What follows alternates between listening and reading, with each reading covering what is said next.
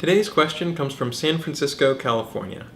Dan asks, in the 2009 rel canonical video, you suggest using rel canonical when we can't use a 301 redirect. But 301s hurt performance. They require browsers to make an extra round trip to my server. Shouldn't I use rel canonical everywhere instead of 301s? Well, you are the master of your domain, so you can choose whether you use a 301 or whether you use rel canonical. That's your call. Most of the time, though, I would recommend using a 301.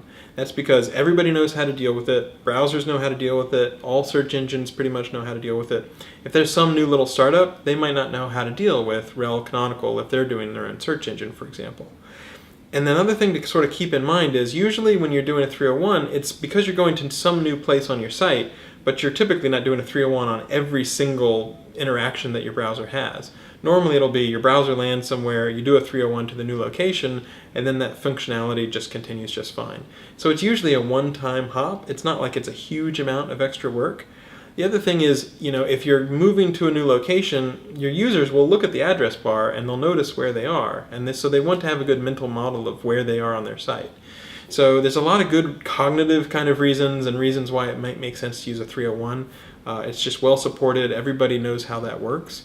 So all other things being equal, I sort of recommend a 301 unless you really can't get around to, maybe you don't have access to the web server or something like that, and then it's totally fine to use a rel canonical.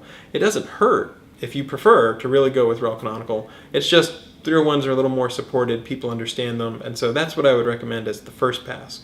But if you're a power user and you really want to do things the way that you understand on your own site, you absolutely can use rel canonical instead.